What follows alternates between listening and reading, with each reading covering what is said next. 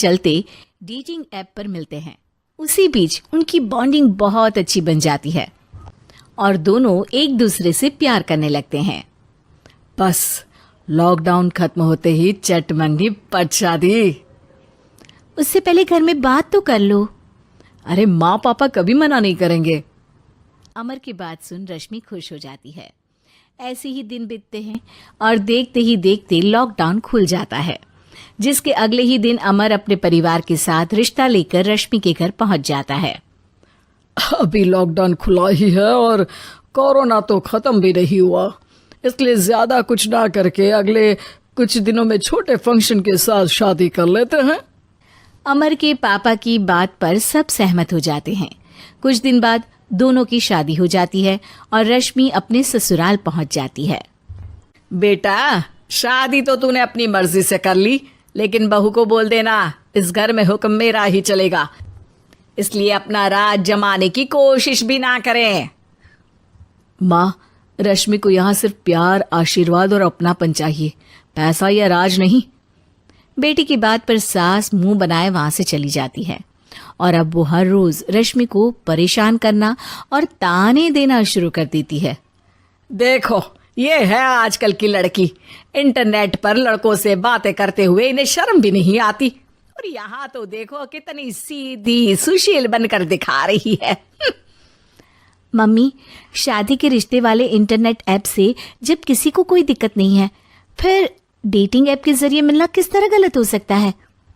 रश्मि के dating app वाली बात सुन उसकी हैरान सास तुरंत तुनक कर पूरे घर को सिर पर उठा लेती है, जिसकी आवाज सुन अमर और उसके पापा भी वहां आ जाते हैं। हाय मेरी माता, इतना बड़ा झूठ! डेटिंग ऐप को इंटरनेट के जरिए मिली है बोलकर इस कलमुही को मेरे सर ला बिठा दिया। अरे नास पिटी, तुझे जरा भी शर्म नहीं आई?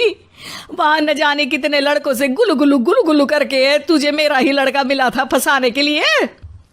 माँ, मुझे तो समझ नहीं आ रहा क्या बोले जा रही हो। डेटिंग ऐप इस्तेमाल करना कोई अपराध नहीं है, और तुम रश्मि को ऐसा कैसे बोल सकती हो? मैं भी तो था उस ऐप पर। पहले उसके लिए माँ से झूठ बोला और अब लड़ाई कर रहा है। सास और अमर की बात सुनकर रश्मि हैरान खड़ी रहती है। अमर, तुमने घर में झूठ क्यों बोला? ये सब देख रही हो ना, इसी की वजह से झूठ बोलना पड़ा। एक तरफ अमर और रश्मि की ये बात चल रही होती है, वहीं दूसरी तरफ सास का नॉन स्टॉप क्लेश सबको परेशान कर देता है। सब एकदम चुप, जो हुआ सो हुआ, अब मुझे कुछ ना सुनाई दे। पति की बात सुन सास चुप होकर वहां से चली जाती है, लेकिन अब वो रश्मि के सिर दुनिया भर के सारे काम डालकर उसका जीना पहले से भी ज्यादा मुश्किल कर देती है। मम्मी, मैं आपका गुस्सा समझ सकती हूँ, आपको जो करना है कर लीजिए, मैं कभी कुछ नहीं बोलूंगी। उम्मीद है किसी दिन तो आपका गुस्सा शांत होगा और नफरत प्यार में बदलेगी। रश्मि की अच्छाई को उसका नाटक समझकर सास गुस्से के 7वें आसमान पर चढ़ जाती है और उसी शाम रश्मि को नीचा दिखाने के लिए अपनी सहेलियों को घर बुलाकर उसकी बुराइयां करने लगती है। अरे कौशल्या, क्या बताऊं, आजकल के बच्चे ना बहुत एडवांस हो गए हैं। पहले रिश्ते घर परिवार वाले सब देख परख के कराते थे, और अब ये लोग खुद न जाने कहां कहां मिलकर खुद ही सब कुछ पक्का करके हमें बता देते हैं। लड़की का कैसा दिन धर्म, कैसा ईमान, कैसा चरित्र कुछ नहीं पता, बस प्यार किया और घर लाकर बिठा देते हैं। अरे ऐसा क्यों बोलती हो? आजकल बच्चे अपने आप में बहुत समझदार हो गए हैं, और फिर पूरी जिंदगी तो उन दोनों को ही साथ निभानी है।